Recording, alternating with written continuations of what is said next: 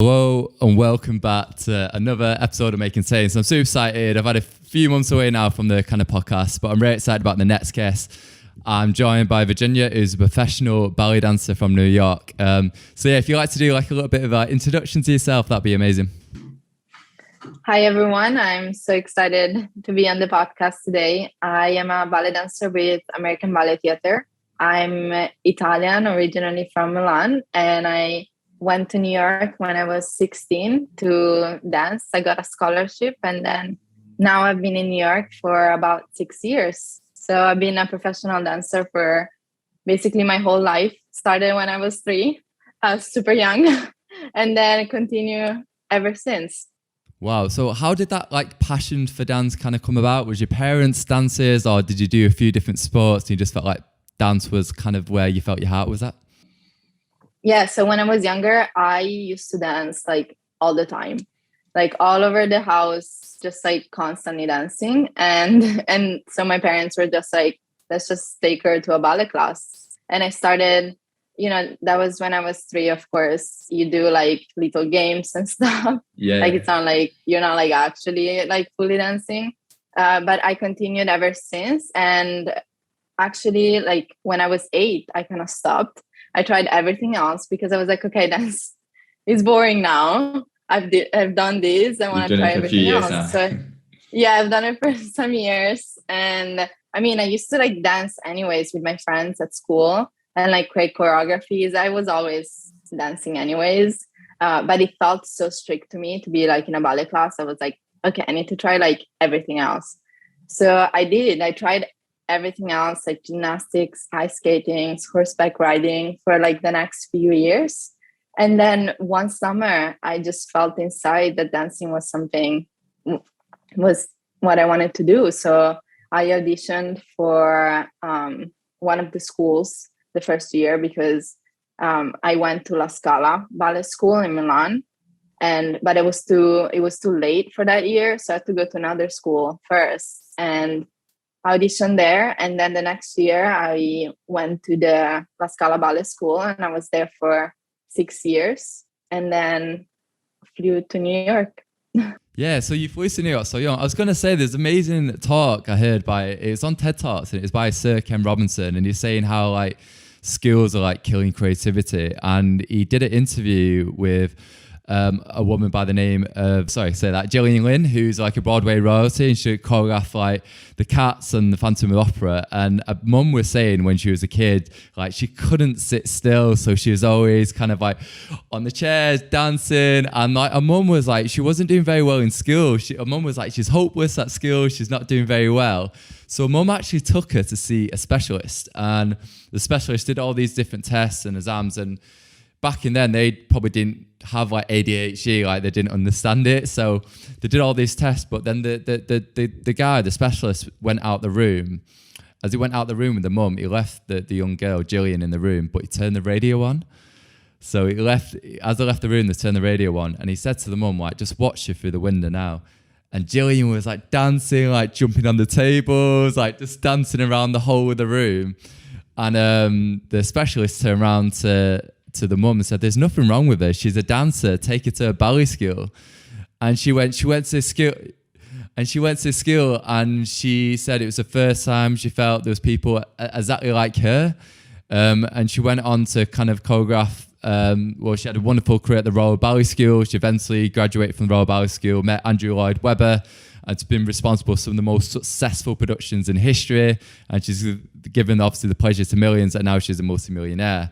And she said that she owes a whole life to this one guy who obviously turned around to mum and said, there's nothing wrong with her, just take her to a dance school. Do you feel that was the same with you? Like, did you always feel, obviously you have this like passion or this fire in your stomach? Yeah, totally. Like I felt the same way, like because I was dancing like all the time. Like even with my friends, we would create little dances, and that was our pastime. I mean, we didn't really have phones, I think, when we were young. Didn't have Facebook or Instagram, So what we had to do, we like created choreographies, listened to music, and danced. And basically that's what I've always done. So that's why now I'm I mean, I chose classical ballet because I think it's such a pure like the steps and the music is just so beautiful, and it really makes me like express what I want to express. And a lot of the big ballets are my favorites, like Swan Lake, Giselle. It's just like dancing to that music. There is nothing else that I enjoy more. And so basically, like that's kind of what I did. And ballet opened up so many places for me. Like I'm in New York, and I am dancing. There's so much I want to talk to you about. Yeah, we've not even got onto allergies, and I think I just kind of really want to get a good understanding about yourself. And like, I'm really inspired to have you on because not many of the listeners know that I used to do ballet, and I did it from the age of 12 to 16. And I was reading about you. Obviously, you did an extensive summer course at the Royal Ballet School. And I remember as a kid, I auditioned there when I was 15 to go to the boarding school, and I didn't get it, and it absolutely broke my heart. But I mean, what was that experience like, obviously going to the Royal Ballet School, and how did you kind of experience going there, but also how did you manage your allergies as well at such a young age? Yeah, I always loved to travel so much. Like, since I was younger, I was lucky enough. Yeah, I was lucky enough to have, my family could bring us places and see different places. And I feel very lucky that I had the possibility to do that. And when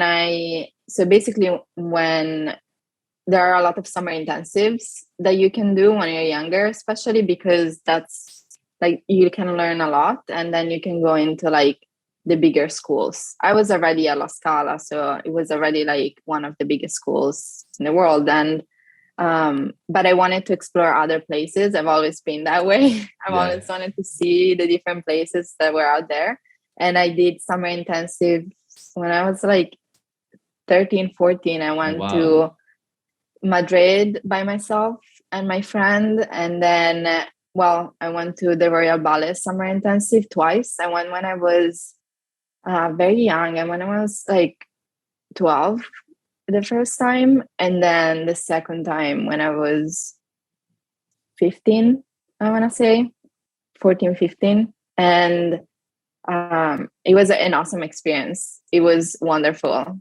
I love their schools. How was that with, I was going to ask, how was it with like your kind of food allergies, so obviously for that, like what was you allergic to, and how did you kind of manage that at such a young age and going to these places on your own? I am allergic to dairy, eggs, nuts, and I used to be allergic to sesame seeds as well. And I'm also allergic to kiwi.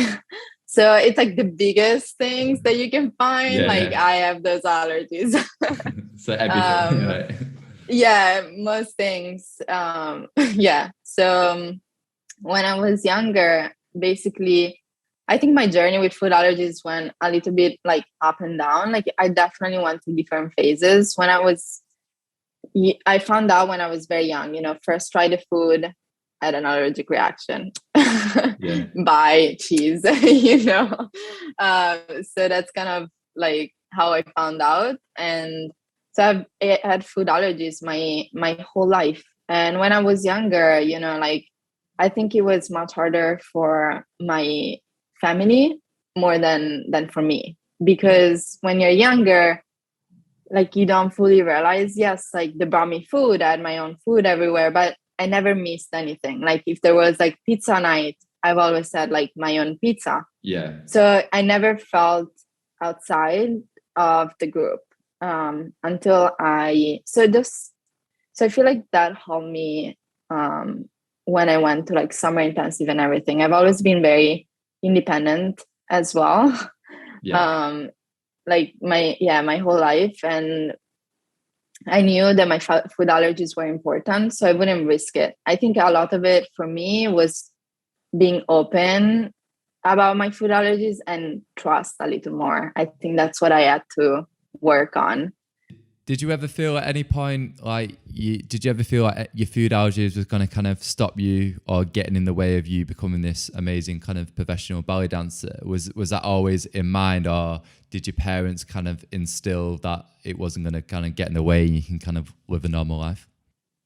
Yeah, my parents like didn't. I don't think I ever thought that they were gonna get in the way of my career.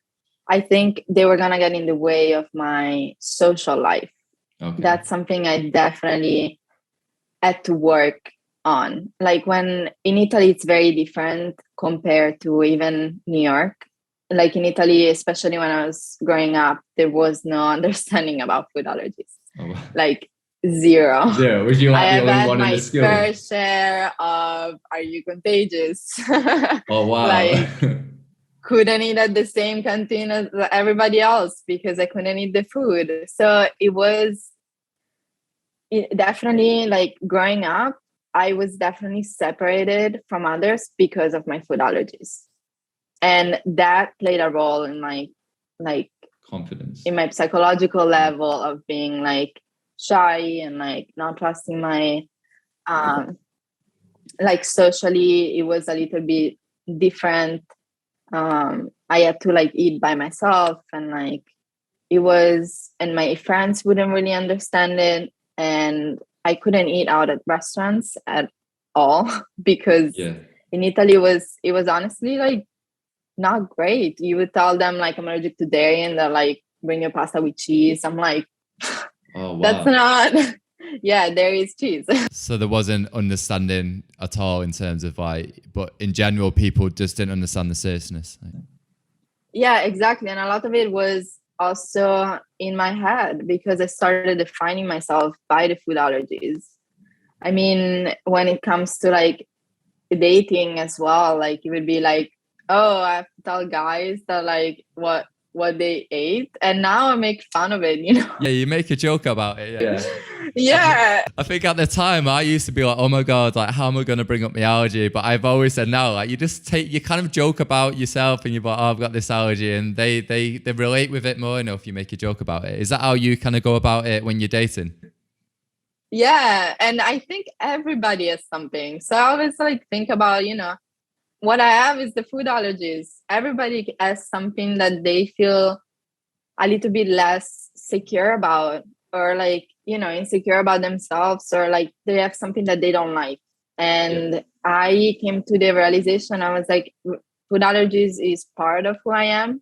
They don't define who I am. I'm my own person, like pretty, absolutely.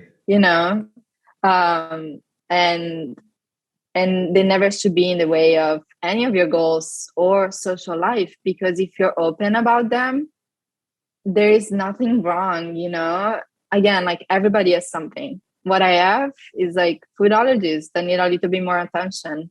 So that's kind of like, but when I was in Italy, I was younger, and there wasn't an understanding about food allergies in many like from all points of views.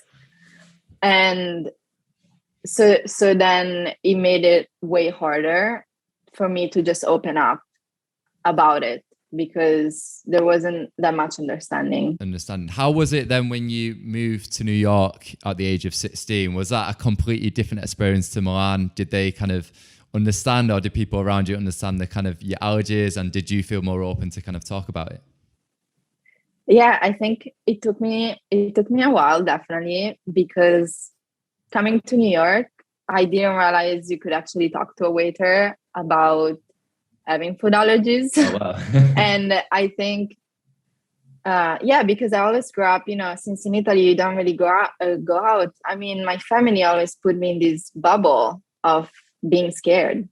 So I was always like super scared about anything, and I had a lot of anxiety and panic attacks, definitely. When you like feel like you're like having a food allergy reaction, but you're not really. Oh my God, I do this all the time. There's been times where I've been in a restaurant, I'm like, it's an allergic reaction, it's a panic attack, and I'm like constantly like looking at my neck, I'm like going to the bathroom, and my girlfriend or my friends around me are just like, no, calm down, like you're fine. Like, do you get that a lot as well? Yeah, no, exactly. I used to get it so much. Even on the foods, I would like read and like, it's like I'm eating like a potato cooked in the microwave, like because also I was living at the dorms. The first year I was here.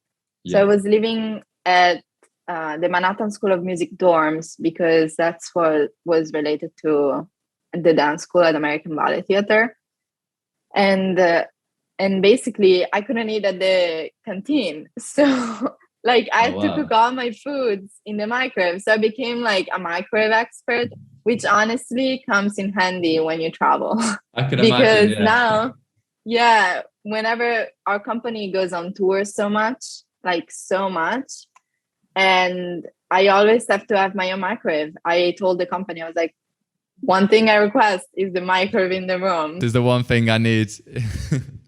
I had that once, I had that once in Amsterdam. I did a placement in Amsterdam and like there was a whole canteen there, but I was like, I couldn't have like any of the food. So every day I used to have like jacket potatoes and tuna. I was going to the gym quite a lot, but then I'd be like using the microwave for like 10 minutes trying to heat up these jacket potatoes. And there's like the queue was like so long and everyone's like, for fuck's sake, he's got his jackets again.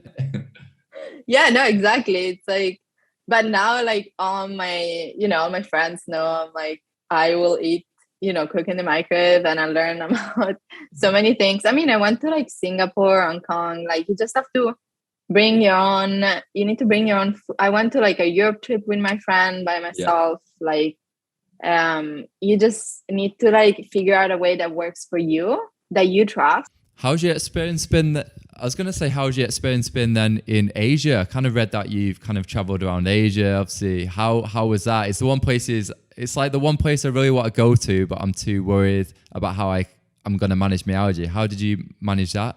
Like going to these type of countries? I actually love going to grocery stores in different countries because you find like, I don't know, for me, like looking at a grocery store and going like in their grocery store, like you can see so many like cultural aspects too. Yeah.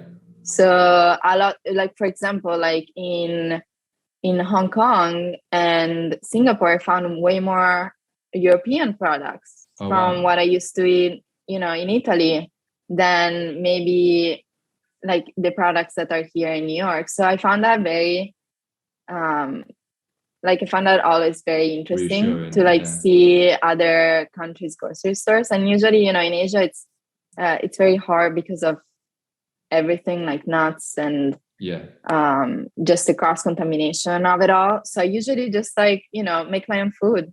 Yeah. And then I visit places with my friends and I see them eating foods. And I always make a point, like, I'm here socializing with you. I'm not here, like, if I don't have food, that's okay. I'm enjoying your company. Yeah. I just want to be with you. I don't trust this restaurant, so I'm not going to eat here. And they understand that, and you have to find people that understand it, but you have to be open about telling them how you feel. Like, even when you said your friends, like, tell you, like, you're okay. Like, my friends know about my anxiety as well. Yeah. Like, every time we go out, I'm like, listen, I'm going to eat very slowly, like one thing at a time. Probably it's going to take me like a full 2 hours to complete the meal, or I won't complete it maybe because I'm getting some anxiety and I'm like, okay, it's time to stop. Yeah. And they know, like every time they're like, you're fine. And you find coping mechanism, like you were saying, like I like look at myself and then I go to the bathroom. I also used to go to the bathroom and like look at myself in the mirror and be like, take deep breaths. I'm okay. Take deep breaths. I'm okay. Is there any other kind of you could say techniques or ways you kind of manage your allergy anxiety? Is there anything which you do which has kind of helped you kind of calm down and be like, I'm not having an allergic reaction, I'm okay? Yes, absolutely. When I first came to New York, I got those a lot because I was by myself. So I couldn't like really be like, hey mom, like, am I having an allergic reaction? So, and also like, I didn't want my friends necessarily to be like to always go to my friends and like panic. So I was like, I need to find my own way that I can make a point of this. Like I can like calm myself down. So what I did is literally like you said, like go to the bathroom, go to the mirror, and I take deep breaths, look at myself and be like, I'm okay, I'm breathing.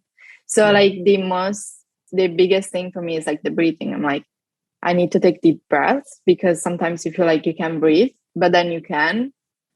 So I get a lot of it was just looking at myself in the mirror. And now I'm getting less and less anxiety, I think, because I'm able to speak up more. And I think that's one of the things that, you know, if people like are listening and have food allergies, like speaking up for your food allergies is so important. And there is no being shy about this. Yeah, it's because it's literally your life. Yeah, it's taking on that ownership in it and be like, I've got this food allergy, and it like, number one, it's not going to let me stop me, but do what I want to achieve in life, but also just kind of speaking up and making other people aware. Do you feel that's come with like confidence with you as you've got older then, that you feel more confident now to kind of take ownership of like, this is my allergy, this is who I am, and like obviously feeling comfortable to like tell your friends as well, I think at some point? Yeah, absolutely. I mean, in Italy, I would be so shy about it. Huge anxiety. When I first came to New York, I was more open about telling people because they understood more. But the first year I was here, I didn't eat out. You know, I still wasn't trusting it. And then my friends actually were the ones pushing me. They were like, I think, you know, you can do this. And with time I started being more and more confident on actually telling people. And I think this year is the year where I really like found my full confidence in being like, if I didn't understand, or if somebody didn't understand, I'll have to explain again. Yeah, just make sure that it's so clear, because there's been times where people just don't quite understand, and I've said in them situations, just like walk out the restaurant. If they're not going to take your allergy seriously, then you don't want to put your life in someone else's hands. I was going to say in regards to New York, then I've always been told that the supermarkets are really expensive, or the grocery stores are really expensive. So everybody just eats out every night. Is that true? Is there any truth behind that, or how have you managed your allergies in New York? Supermarkets are expensive, but if you find the good ones, I feel like you learn and like find the things that work for you. Definitely there aren't the Italian products that I was used to, but you know, you get used to like different things. And now I order food like delivery, and I never done that before. And I found out, you know, sushi is pretty safe for me. And also these things, you know, you find the things that like work. Like, for example, when I go out, it's like I always order like some sort of like meat and then a salad. Yeah. So I know that's like pretty simple and plain. I don't need like to have huge meals or very different like foods. I'm like, I'm just, as long as I'm there eating at the restaurant with my friend, it's okay. You know, it's fine. And when I came to New York, well, at first, like I told you, it was like very, very difficult just to get past the anxiety. But then I think after that, you just gain more confidence, like in yourself, and speaking up, being able to speak up and being able to be open about it, because there is nothing to be ashamed about. I'm like, this is what makes us, you know, there's nothing that you need to be ashamed about being like, I never had cheese. I am surviving. That's what I mean. Like makes you unique, and it like makes us different, but in a good way. You know what I mean? You shouldn't ever feel like it's gonna like stop you. I was gonna say, have you, with being like a professional ballet dancer, have you ever seen like an allergist, or do you have a nutritionist to kind of help you in regards to kind of your diet, and how has that been like? Yeah, I definitely see a nutritionist for my diet, because I think for anybody, honestly, like dancer or not dancer, I think having like an expert look at your diet and find what works best for you, I think it's very helpful in general. Yeah. So I do have a nutritionist that helps me like have all the nutrients that I that I need. So Yeah. that's basically like what I have. And with time it always like changes, and you find out more things, and your diet changes. So I was going to say with your allergies, have there been any allergies where you can now have that food, or have you been diagnosed with any like new allergies kind of like grown up? Yeah, I used to be allergic to sesame seeds, and I'm not allergic to them anymore. Amazing. Which is awesome, because sesame seeds are everywhere. Like the cross contamination of sesame seeds is in so many different places. So I was very happy to get past this. And I also did the challenge for dairy and eggs with like when it's cooked with the flour, and I was able to like have that, like a little bit of eggs and a little bit of dairy when it's cooked with like a certain amount of flour in the oven. But it doesn't change much for me, just because I still have anxiety about it. And also it's like, it's very small, that it's not like I can go out and get a cake, because there will be too much of that allergen. So it's basically the same. But yeah, so the sesame seeds were a big one for me. Yeah. No, that's amazing. I was going to say, what is there any advice you would give to, say, a young person who feels like their allergies kind of going to stop them getting in the way of life? And obviously, I think it's amazing. Obviously, you're a professional ballet dancer. You travel all around the world with so many different allergies as well. What advice would you give to kind of a young person who's kind of managing their allergy? I don't let allergies stop you. I know it's a very simple advice, but it's so powerful, because it is part of who you are, and it's a beautiful part of who you are. It makes you, and honestly, it doesn't define you, but you just have to embrace it. Because if you don't embrace who you are and any parts of who you are, then you're just gonna live in fears or anxiety and feel like you're not enough, while people that have food allergies are 100% enough. And if you want to do something, there's always a way to do it. Always, I believe, like, there's always a way to do something if you really want to do something. And even with food allergies, I cooked in a microwave for a year. So it's like, make sure you got a microwave with you. Exactly. Make sure you have your microwave. Of course, have your medicines. Like, everywhere you go, I never leave the house without my medicines. Even if I go for a run, I'm like, I have to have them. Have you got to get your EpiPens with you, right? Yeah, I get my EpiPen. Yeah, just because I feel it's important. It's important, and don't be afraid to talk to people about it. Tell people how you feel and how it makes you feel, and really be open with people, because the more open you are, the more they can understand you. And if you don't find people that understand you, then you'll find different people, because it's too important. Amazing. No, I think that is such good advice. I was going to ask you in regards to like ballet as well. Like, how many days do you train then? Do you train like most days? Like, in terms of like how many hours is it really intense? Yeah, so our schedule is from Tuesday to Saturday, and then we have Sunday, Monday off, but Monday I cross train. So I basically like train like almost every day, and during our work days we do from 10:15, we have class until 12, and then rehearsals from 12 to 7. Oh, wow. So a lot of the times, sometimes it varies how many rehearsals you do in one day, but towards our, in the middle of our season, we usually have like a break from 3 to 4, but that's about it. Have you got like a favorite show you've done, which has really kind of stood out to you? Yeah, I think one of my favorite shows is Swan Lake. And my first Swan Lake was in Singapore. Oh, wow. Where I went with the company. Yeah, because it was my first year I was in the company. We did like a month tour. So we were out for a month.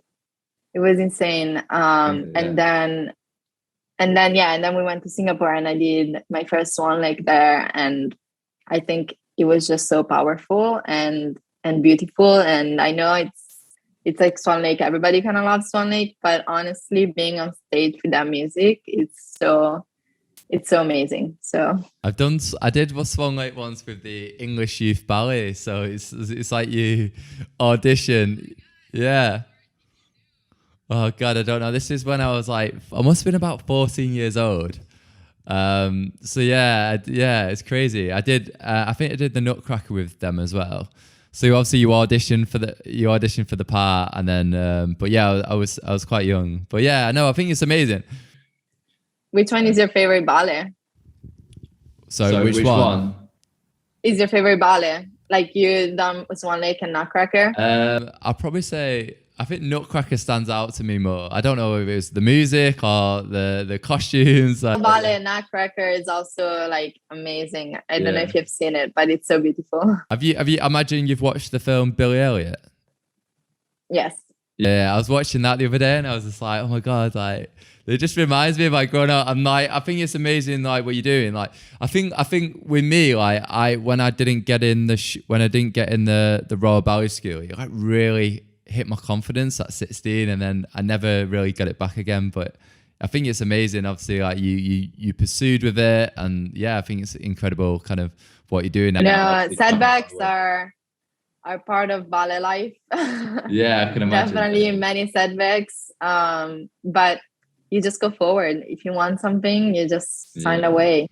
I think what it is, that when I was looking at the other guys as well, I always thought they was like more passionate than me.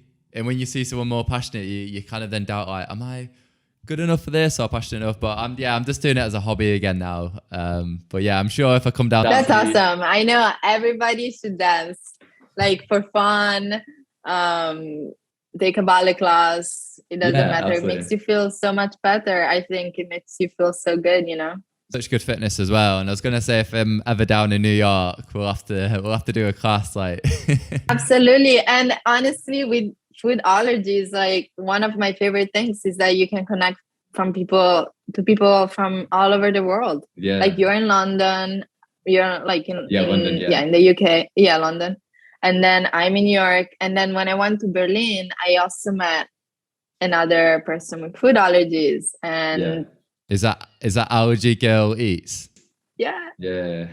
Yeah. And it's like it's super awesome, amazing, because once you start being open about it, you meet people that are the same way, and you connect to different people and you make friends. I think that's the mad thing was, because I recently watched an interview, and someone interviewed a ballet dancer, and that's the reason which got me thinking. I was like, oh, imagine if there's a ballet dancer who's got allergies, and that's how I found yourself. So obviously I Google ballet dancer nut allergy, and you come up on Google, and then the weird thing was, and then I was like, well, I need to find you on Instagram or find a way to like kind of get in touch. Then I reached out to you, and then I was like, oh, she follows me. I was like, this is so surreal. I was like, because obviously I thought it was hard enough anyway. I thought it'd be like pretty tricky to find a ballet dancer with an allergy. But well, like you said, yeah, it's amazing, because I probably wouldn't have had this discussion with you if we both didn't have allergies. So yeah, it's amazing enough to be in the situation now where you can interview people, like you said, from all over the world, and then hopefully meet up if you're ever in London. Or I've always said I want to go to New York at some point. Yes, absolutely. And, you can share different places where you can go eat, because, we've all tried it. So it's like, we know it's safe. So it's very awesome. And when you're in New York, definitely, call me and I'll bring you to the different restaurants that accommodate food allergies. Yeah, and the same as well. I always get people reach out and be like, oh, like what restaurants? I usually just like eat out in my area though. That's the only thing. When people say like, oh, is there any restaurants in Central you recommend, like the centre of London? I'm like, well, no, I live in like the north of London. So like where my neighborhood is, I'm always just like, I just eat in that area because I know like, oh, that restaurant's safe or that restaurant's safe. And when you go to the centre of London, it's so stressful. It's just like so many people. I know. And I think a lot of it with going out and eating is as well as like your energy levels. Sometimes I'm like, if I'm very tired, I know I'm going to have like way more anxiety. So I tend to like either go to restaurants that I've eaten at like so many times, or I tend to not go out. I'm just like, oh, let's make dinner at home, because you also have to check in with yourself and be like, hey, like, can I do this today? So yeah, like, can I try a new restaurant? Trying a new restaurant is pretty stressful. I know, I'm like that. I'm always like, am I in the mood? Because I went to a restaurant called Wagamama's, and they're known for being, or the main dishes don't contain any nuts, but a few of the desserts do. But I think I heard that, like, we have it here too. Yeah, so I heard like some people, like, when I posted it on my Instagram story, some people had like really, really good experiences, and then they had the odd one or two which was like, no, I don't recommend it. But I mean, you're gonna get that with everywhere. Everyone's gonna have a different experience there. But when I was there, I was like, because I hadn't eaten there before, I was like, I just wasn't in the right mindset to just try a new restaurant. So in the end, I was like, I didn't eat there, and I was like, I'll just eat when I get home. But my friends ended up eating there, and I was looking at the food thinking, you know what, I probably would have been fine, but I was like, I'm just, not in the right headspace. Yeah. Yes, exactly. And being open to even, saying that. Don't be afraid to be like, hey, like, I'm a little bit more tired today, so I feel like a little bit more anxious. So I probably won't eat here, even though, like, I'm pretty sure it would be okay. I'll just enjoy your company. So it's like just being open about it. I think that's very, very important. Yeah, no, and I think that's a great point to kind of end the podcast on. Like, obviously, always being open about it and being honest about it and telling your friends. But honestly, I've really enjoyed this podcast with you, Virginia. And if anyone wants to follow you on May Contain or find you, what's your Instagram handle? Virginia Lensi. Yeah, so if anyone wants to, I'll put it in the bio description as well. But if anyone wants to follow Virginia and her journey of what she gets up to, make sure to give her a follow. But thank you so much for coming on the podcast. Thank you. It was wonderful. Thank you so much.